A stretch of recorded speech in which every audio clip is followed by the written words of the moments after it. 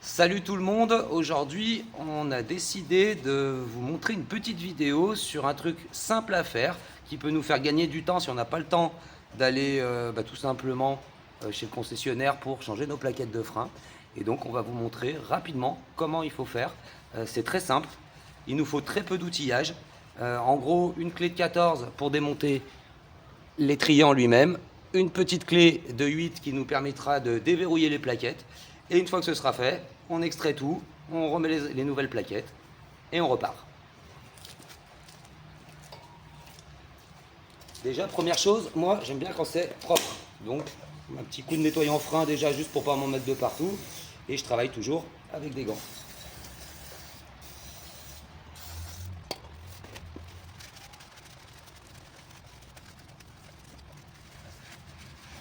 Allez, première étape c'est fait.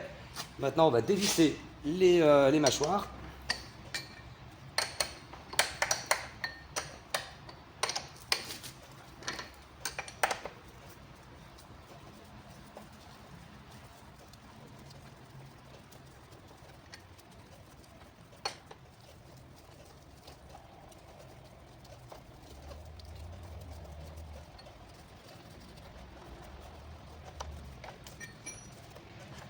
Allez, première étape c'est fait, elles sont desserrées, le système est extrait.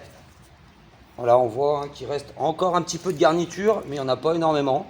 Voilà, donc c'est le moment de les changer, on est sur les petits témoins, donc on y va. Alors, comme les plaquettes seront plus épaisses, eh ben, il va falloir pousser un petit peu les pistons, donc pour ne pas abîmer vos pistons en eux-mêmes, il faudra les repousser un petit peu. Alors j'ai oublié un truc, je vais d'abord rajouter un petit peu de nettoyant, hein, toujours important.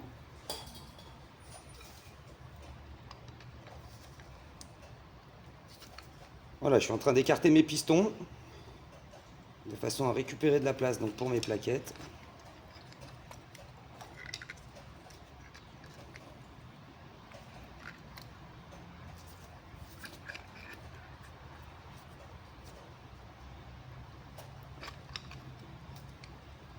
Allez, c'est tout bon. Maintenant, on va libérer les plaquettes en elles-mêmes.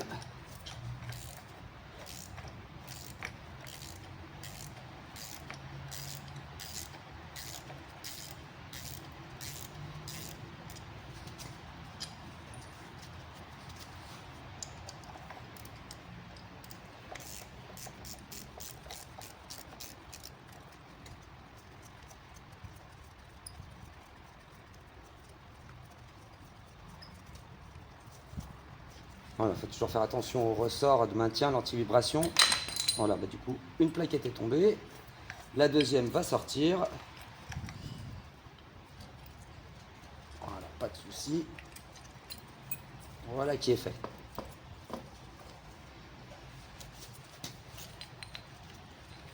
Voilà, plaquette usée, on voit bien qu'on est à la limite hein, des petites gorges. Donc, elles sont à changer.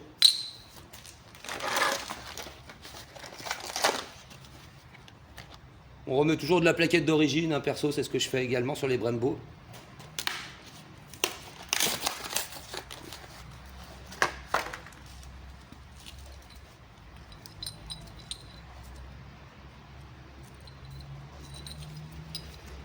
Voilà, on voit la différence d'épaisseur. Hein, voilà, c'est encore un petit peu utilisable, hein, mais on est vraiment sur la limite des témoins. Donc, on va partir sur du neuf.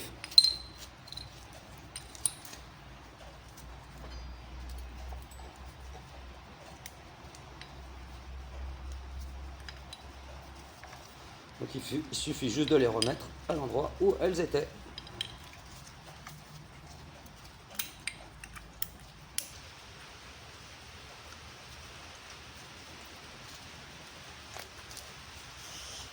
Voilà, donc prêt à être remonté.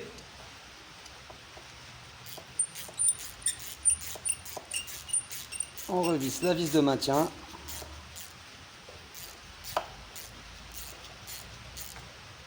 Je finirai de bloquer en place tout à l'heure.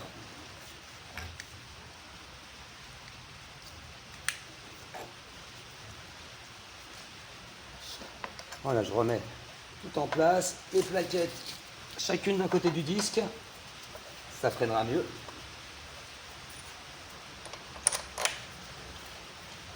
les vis de fixation de l'étrier.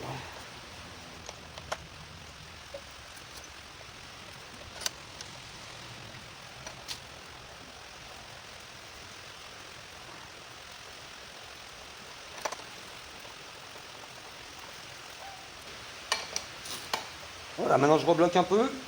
Voilà. Il ne faut pas que ce soit trop serré. N'oubliez pas, il y a toujours un couple de serrage. J'ai pas ma clé dynamométrique aujourd'hui. Mais sinon, je fais toujours un couple précis. Voilà, je finis le blocage de mes plaquettes.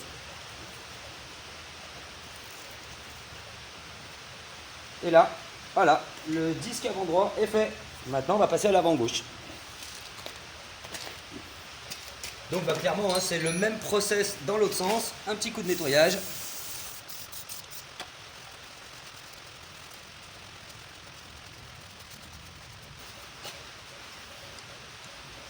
Voilà, je débloque un petit peu tout. Hein, c'est toujours plus pratique quand c'est en place. Et maintenant, on finit de dévisser.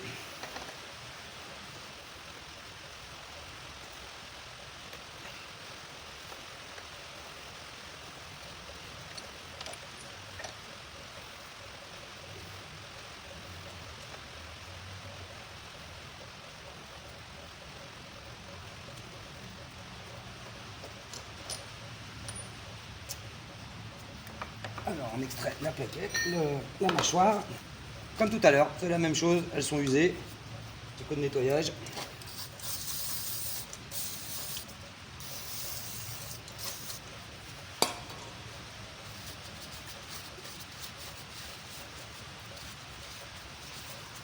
C'est un produit qui s'évapore très vite, hein, qui sèche déjà tout seul.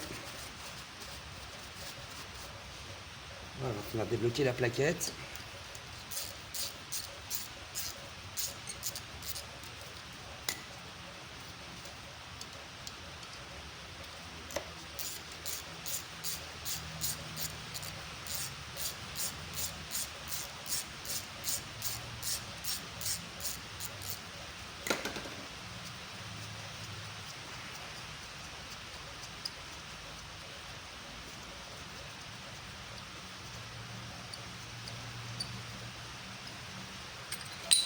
Voilà, les deux plaquettes tombent.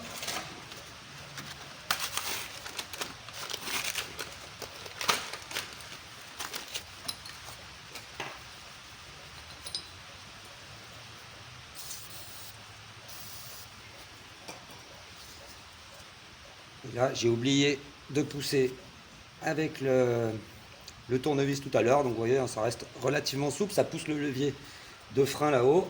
Je repousse mes pistons à la main, hein, puisque j'ai oublié de les faire avant.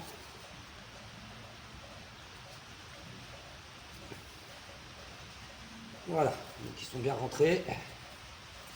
Pas de soucis. Ok, très bien.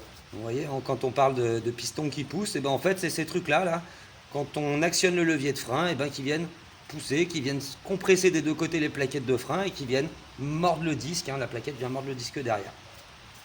Allez, changement.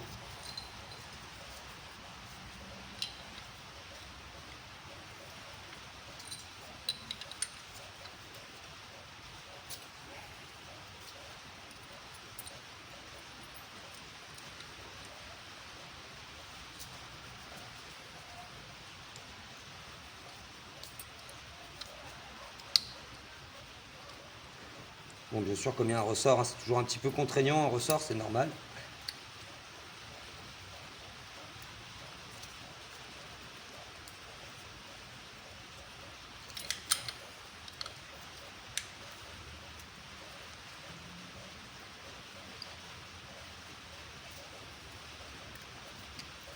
Voilà, c'est en face.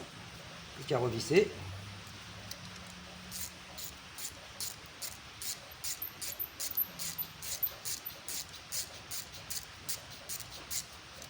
Voilà, je finis de débloquer tout à l'heure. Je réécarte les plaquettes. Hop, on les repasse autour du disque. Et c'est resserré.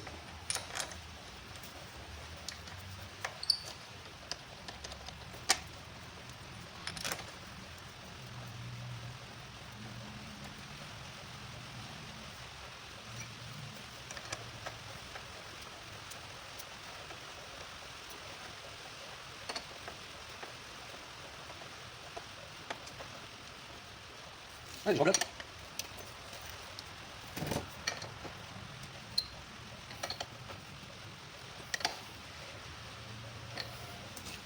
Pareil pour la goupille de maintien.